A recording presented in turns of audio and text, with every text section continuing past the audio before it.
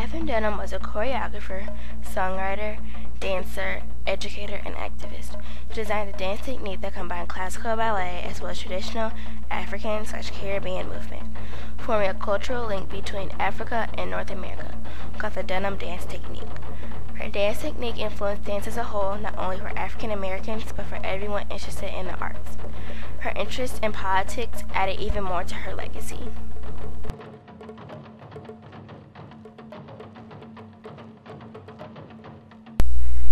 Katherine Dunham was born June 22, 1909, in Glen Ellen, Illinois. She had a mother, Fannie Taylor Dunham, a father, Albert Dunham Sr., and a brother, Albert Dunham Jr. Her mother was biracial and was a school teacher, while her father was an African-American businessman who owned a dry cleaning business. At the early age of 15, she organized the Blue Moon Cafe, which was a fundraising cabaret for Brown's Methodist Church in Joliet, Illinois, where she gave her first public performance. At that time, she was going to Joliet Junior College in Illinois. After she completed Joliet Junior College, she moved to Chicago to join her brother Albert Jr., who was attending the University of Chicago. She studied dance and anthropology while an undergraduate and graduate student at the University of Chicago during the 1930s. While in college, she taught children's dance classes and gave recitals. She called her company Ballet Negre. Ballet Negre is one of the first Negro ballet companies in America. During this time, Dunham became interested in studying popular dances like the cakewalk, the Lindy Hop, and the Black Bottom. She studied under some of the greatest anthropologists of the day, like Robert Redfield, A.R. Radcliffe Brown, Edward Sapir, and Bronislaw Malinowski. In 1939, she submitted her thesis, Dances of Haiti, Their Social Organization, Classification, Form, and Function. Later on, she moved to Jamaica, where she stayed for several months in the remote, isolated maroon village of Hong Kong. There she wrote a book called Journey to Hong Kong to try her experiences there. Later, she traveled to Martinique and Trinidad and Tobago for short stays doing an investigation of Shango, African god who remained an important presence in West Indian heritage. Here's a video of Katherine Dunham about Shango. Shango is one of the gods from Africa that has been maintained through the Caribbean, through the entire African diaspora. Shango is very strong, god that one associated with an iron will and a determination that could bring things about, bring them to happen for good or for bad if needed. And I'd say Shango was probably the strongest of the African gods. And he was worshipped all through the Caribbean and South America. And every place that I went, a Shango ceremony was bound to be an important one. You know, you might have one to Agwe or Ogun or whatever, and they were vivid, colorful, and so forth. But Shango, you knew there would be something that would be extraordinary, that would be very strong and very powerful. And our Shango was a combination of a boy possessed, if you saw this on stage, a boy possessed by Damballa, who is the serpent god, and who is my lead god. The boy was possessed of Damballa, but Shango was the god who came in and really took over the whole ceremony. After she went to Trinidad and Tobago, she went to Haiti, where she stayed for several months. While in Haiti, she investigated voodoo rituals, became friends with a high-level politician who later became president of Haiti in 1949. When she returned to Chicago, she was awarded her bachelor's degree in social anthropology. As a result, she acquired the title of dancing anthropologist and actually founded the field of dance anthropology because of her intense study of African-influenced dance in the Western Hemisphere.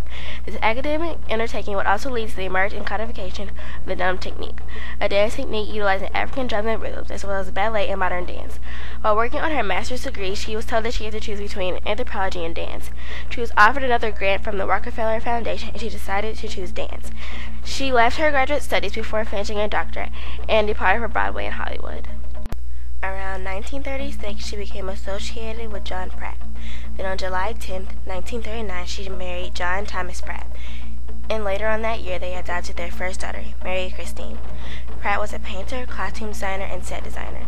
He managed Dunham's career until he passed away in 1986. In 1939, she and her husband regularly returned to visit Haiti and frequently brought members of her company with them to get ideas for new dances and to work on developing new dance productions. Katherine Dunham was able to build her own residence on the adjoining property that her husband designed. Today, the Habitation Lerwick property is one of the only places in the Haitian capital where a thick urban mini forest still remains. Plans are underway to transform it into the Katherine Dunham Botanical Garden and Cultural Center for the Arts. Also, in 1992, Dunham went on a highly publicized hunger strike to protest the discriminatory U.S. foreign policy against Haitian boat people. The hunger strike focused worldwide attention on the troubles of Haitian refugees in search for shelter in the U.S. who were being sent back to Haiti. After 47 days, she ended her fast after concerns for her health. Lastly, Dunham's dance technique. Around 1936, Katherine Dunham designed the Dunham dance technique. It was a technique utilizing African drums and rhythms as well as ballet and modern dance. In 1984, the Dunham Technique Seminar was inaugurated in East St. Louis. Later on in 2002, the Library of Congress began a documentation of the Dunham technique. It later won international acclaim. Here's an example of the Dunham technique.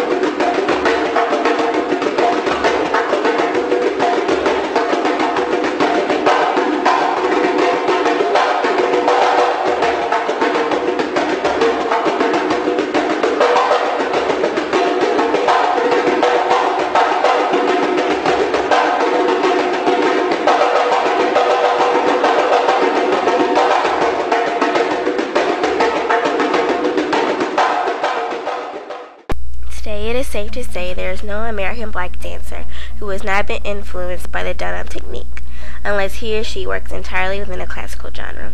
The Dunham dance technique has always been taught at the Alvin Ailey Studios in New York City. Alvin Ailey himself said the Dunham technique is the closest thing to a unified Afro-American dance existing. The technique is the only African-American dance that combines so much.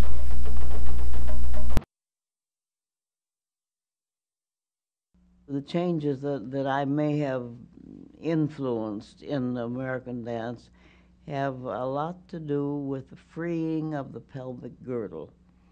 We, in classical ballet, of course, in all of the dance forms, we know that we have a pelvic girdle, but we are not supposed to use it as freely as we use other parts of the body, you know, the feet, shoulders, and so forth and so on. And I think that perhaps in freeing the pelvic girdle from its restrictions and its confines, probably I did add this bit of visual freedom to American dance. Thanks for watching.